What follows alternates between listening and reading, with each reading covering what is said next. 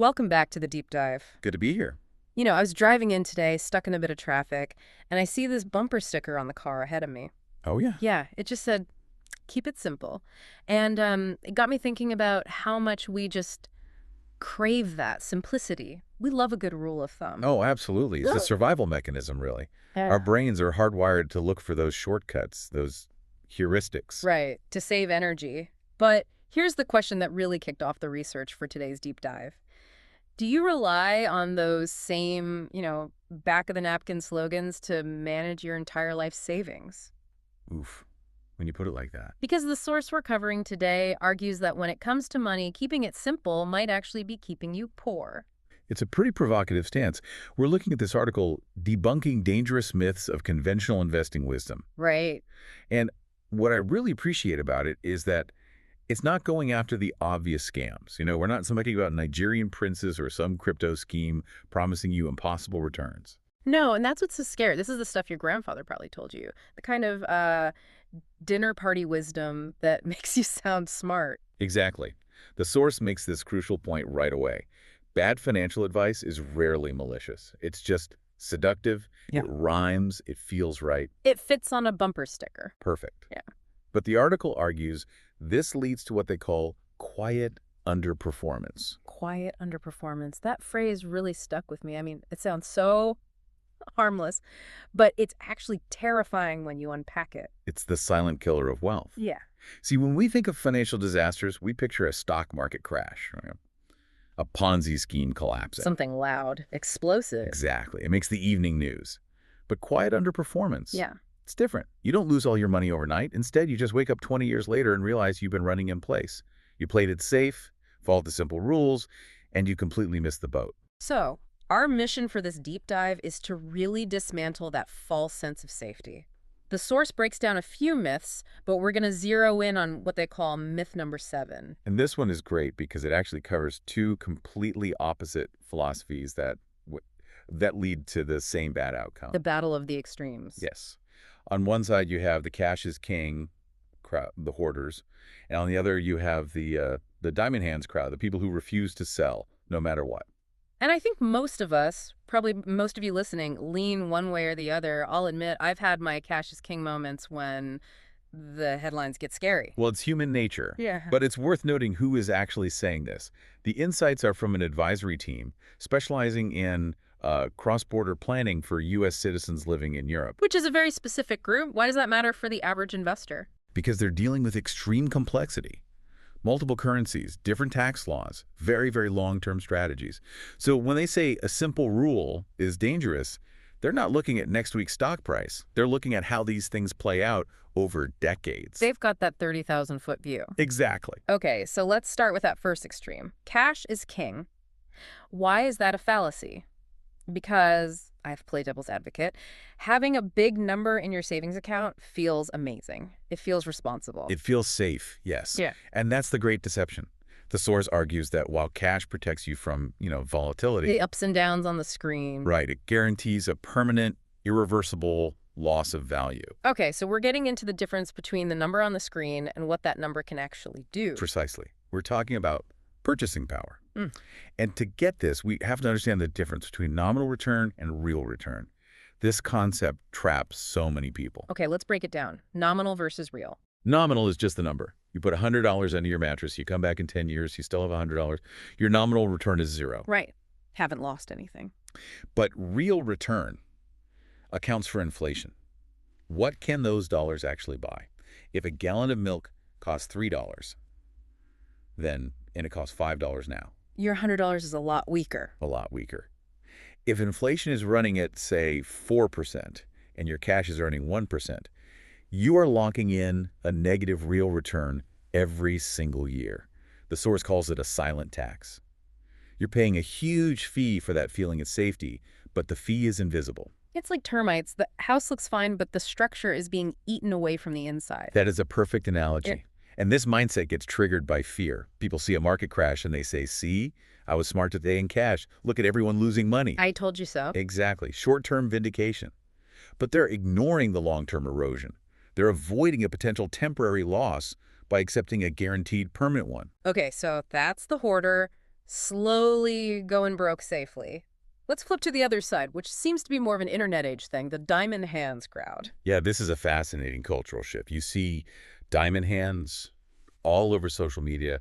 The philosophy is basically, I am never selling. You haven't lost until you sell. I hear that one constantly. That's the mantra. And on the surface, Yeah. it sounds like resilience. Mm. It sounds like Warren Buffett, our favorite holding period is forever. Mm. But for the average person with an individual stock, the source says it's a behavioral trap. How so? Isn't buy and hold the gold standard? Buy and hold a diversified portfolio, like the whole market. Yes. Good advice. Buy and hold a specific company no matter what new information comes out. That's just stubbornness. So it's not patience, it's denial. Exactly. It's the refusal to solidify a loss.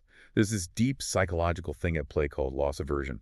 We feel the pain of a loss twice as intensely as the pleasure of a gain. So if your stock drops from 100 to 80, your brain screams, don't sell.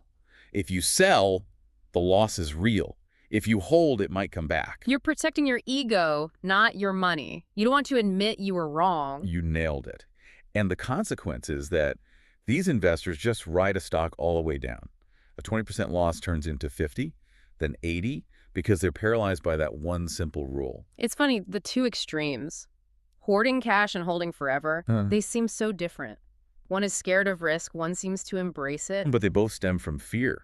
Fear of the market on one side and fear of admitting a mistake on the other. Yeah. And both lead to, well, wealth destruction. And the data the source provides on this is, it's just shocking. It really is. This was the aha moment for me. They do a look back to the year 2009. Right. Global financial crisis. The world felt like it was ending. It did.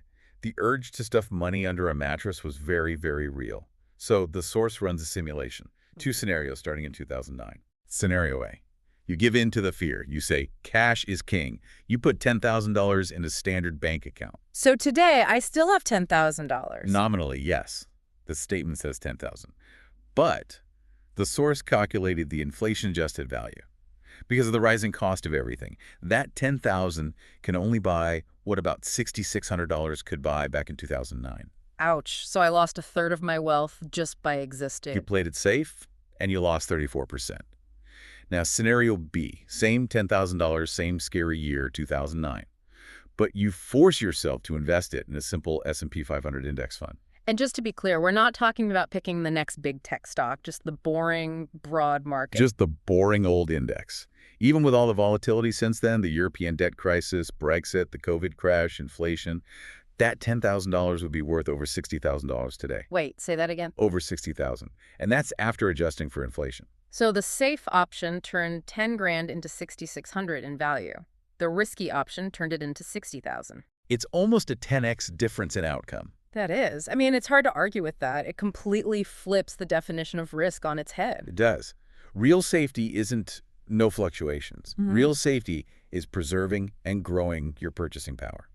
If you're not beating inflation, you're crashing in slow motion.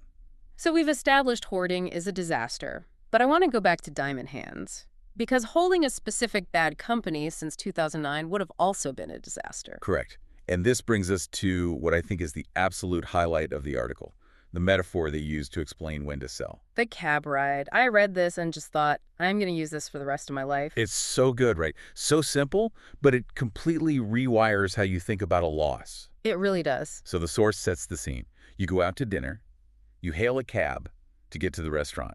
But halfway there, the cab, I don't know, it breaks down. Or the driver gets totally lost. Or the car just smells terrible. You're in a bad vehicle. You're frustrated. Mm-hmm.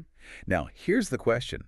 Do you have to take that same broken down cab home? Of course not. That would be insane. You get out, you pay the fare, and you find a better way home. Exactly. The source says you don't have to take the same cab home that you took to dinner. Your stock is the cab.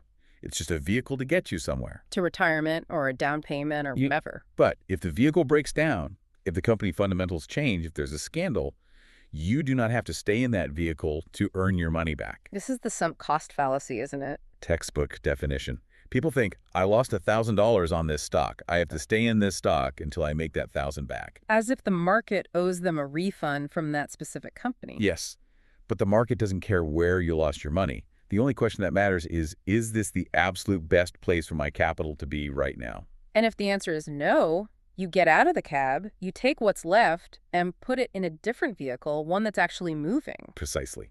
It sounds so obvious with the cab metaphor, Hmm. but emotionally, it is incredibly hard. It requires admitting that first cab ride was a mistake. It requires killing your ego. It does.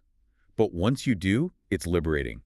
You stop looking at the past, which you can't change, and you start optimizing for the future. So we've torn down Cash is King and Diamond Hands. We've realized we might be sitting in broken taxis. What does this source say is the actual solution? The what to do? Right, this is where they pivot to the balanced strategy. Yeah. And it's not just a vague be balanced. They give some very specific structural advice. Okay, lay it out for us. First, they address the need for safety. They don't say zero cash. That's not realistic. They recommend 6 to 12 months of living expenses in a high-yield savings account. Ah, and they specify high yield. That's important. Very. Don't let it sit in a checking account earning nothing. Make your cash work. This fund is your psychological anchor. It lets you sleep at night so you don't panic sell your investments. So that emergency fund is the buffer. What about the rest? Invest the rest based on your timeline. Money you need in 2 years is different from money you need in 20. But the core rule is that money must be working. Now, the tricky part, when are we allowed to sell? The text is very clear here. 3 valid reasons to sell that have nothing to do with panic or ego. Number 1 is rebalancing. Okay, let's define that because it sounds counterintuitive when you explain it. It feels incredibly counterintuitive. Rebalancing means selling your winners to buy your losers. Wait, but we just said to cut your losers. Different context. This is about asset allocation. Let's say you decide your perfect portfolio is 50% stocks, 50% bonds. 50-50. Got it. Then stocks have a great year. Suddenly your portfolio is 60% stocks and 40% bonds. So now I'm taking on more risk than I signed up for. Exactly. You've drifted. So you sell some of the winning stocks and use the profit to buy more bonds to get back to 50-50. You are systematically forcing yourself to buy low and sell high. It removes the emotion. That makes sense. It's discipline over emotion. Okay, what's reason 2? Reason 2 is tax loss harvesting. The silver lining of a bad investment. It is. Sometimes selling a loser is a great strategic move. If you have a stock that's down $5,000, you sell it, and you can use that $5,000 loss to offset gains you have somewhere else. So if I made $5,000 on stock A and lost $5,000 on stock B, and I sell both, You pay 0 capital gains tax, you've neutralized the bill. Instead of praying for the loser to come back, you realize the loss, save on taxes, and move the capital to a better cab. I like that. The switching cabs move with a tax bonus. You got it. And reason number 3 is when the fundamental thesis is broken. This goes back to why you bought it in the first place. Right. If you bought a company because of a revolutionary patent and then a court invalidates that patent, The reason is gone. the reason is gone. The business model has changed. You get out. You don't hold on out of loyalty or because you like the CEO's tweets. It seems like the core theme is just intentionality. The cash is king. People act out of unchecked fear. Diamond hands out of unchecked pride. The balanced strategist is acting out of discipline.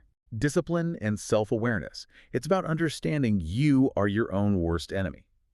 The source summarizes what actually builds wealth, and honestly, it's pretty boring stuff. Spoil it for us. Diversification, low costs, patience, letting compound interest do its thing over decades, and understanding your own unique situation. The truth is almost always boring, isn't it?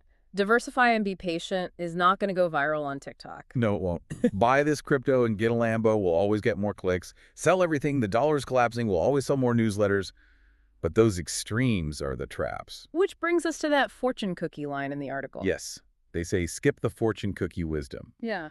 Good investing isn't about memorizing slogans. It's about building a framework that protects you from yourself. I think that's a perfect summary. We rely on these slogans because the world is complex, but in finance, that oversimplification is it's incredibly expensive. It is. So let's recap. Number 1, don't let inflation eat your lunch. Holding too much cash is a guaranteed way to lose purchasing power. The silent killer. And number 2, don't let your ego keep you trapped in a bad investment. Diamond hands can easily turn into empty hands. And just remember that data. The difference between the safe route and the invested route over the last 15 years was a 10x difference in wealth. That is the cost of fear. I want to leave everyone with one final thought, something to really chew on. It goes back to that cab ride. I want you to look at your portfolio. Or honestly, look at your career, a project you've been dragging along, maybe even a relationship. It really does apply to everything. Ask yourself this: am I sitting in a stalled car just because it's the one I started the night in? That is a powerful question. Sometimes the bravest and most profitable thing you can do is just open the door and switch cars. Thanks for diving in with us today. We'll see you on the next deep dive. Take care, everyone.